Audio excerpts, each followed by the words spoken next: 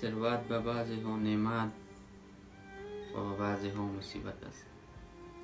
انسان باید مایوس نباشه وقتی پول نداره، وقتی دارایی نداره، وقتی به مشکلات اقتصادی گرفتار است، وقتی که شب چیزی برخوردن نمیداره و به 2 وقت غذا کفایت میکنه، صبر میکنه. این مایوس نباشه. به زندگی پیامبر محبوب که سردار دو جهان بود صلی الله علیه وسلم ما ببینیم چقدر فقر و بیچارگی را سپری کرده.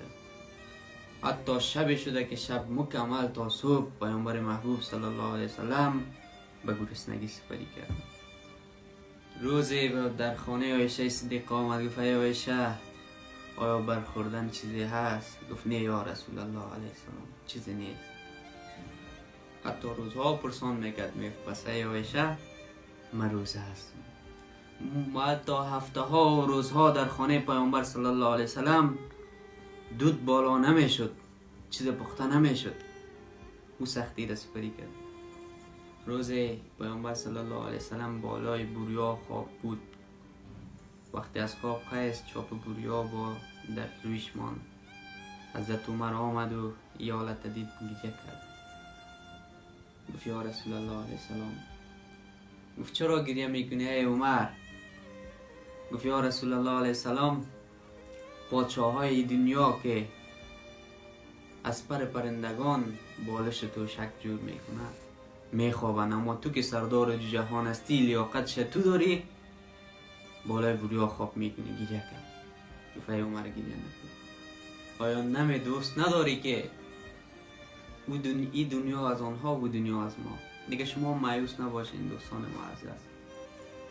کسانی که خارج میره بیچاره ها به خاطر کار و غریبی و نام پیدا کردن ایران و ترکیه و مسافرت میکنه، هجرت میکنه از کشور خود. اگر همو هجرتش با یاد خداوند باشه، عبادت کنه در همانجا، کار خدا با صداقت پیش ببره، هر لحظه کارش عبادت محسوب میشه. هر لحظه کارش عبادت محسوب میشه. مایوس نشود. و از آن طور هر کسی که دو چیز رعایت کنه، همون دو چیز فقرش برش نعمت تبدیل میشه، فقرش برش ثواب تبدیل میشه، به ثواب تبدیل میشه. او دو چیز چی است؟ یکی هنگام فقر صبر کنه و یکی شکر کنه. یعنی شاکر باشه با حال خود، شاکر باشه با حال خود، شکر کنه، گله نکنه. چی بسا کسانی هستن که ای رب تنها مرا دیدی، این فقر و بیچارگی مرا سیکو.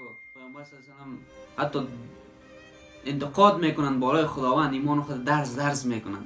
پیامبر صلی الله علیه و سلم میفرماید کاد الفقر ان یکون کفرا، قریب است که فقر انسان به کفر بکشونه. یعنی بعضی ها چنین هستن. اما تویی که ای فقیر، ای نادار، ای کسی که مشکلات اقتصادی دچار هستی و هنگامی که در سرت همین مشکلات سر میزنه و بگی خدایا صبر و شکر، نعمت صبر اموجه فقر باید به نعمت بزرگ تبدیل میشه که بارت از ثواب است. فقرا صدها سال قبل پیش از ثروتمندان به بهشت داخل میشن.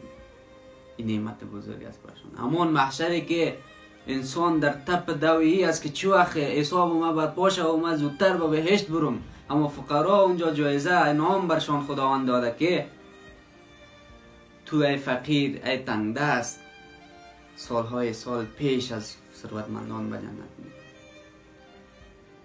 در یکی از غزوات بود، یکی از اصحاب آمد گفت یا رسول الله علیه السلام خیلی گرسنه هستم. شکمش نشان داد یک سنگ بسته کرده است. پیامبر صلی الله علیه وسلم شکم مبارکش نشان داد، 2 دانه سنگ بسته کرد. جای تحمل است او کسی که سردار دو جهان است.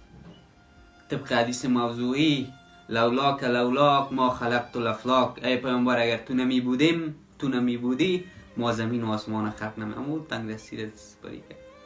3 بار با پیامبر صلی الله علیه و گفته شده ای پیامبر آیا میخوای پیامبر بنده باشی یا پیامبر پادشاه؟ گفت یا الله پیامبر بنده میخوایم باشم. پیامبر صلی الله علیه و خودش تا فقر و بیچارگی انتخاب کرد. یعنی شما مایوس نشوین. فقیرای امت محمد رسول الله صلی الله علیه وسلم. ای ناداران، ای کسایی که به تنگ دستی زندگی خود سپری کرده باشید، شکر کنین و صبر کنین. فقط دو چیز روایت کنین، امو فقرتان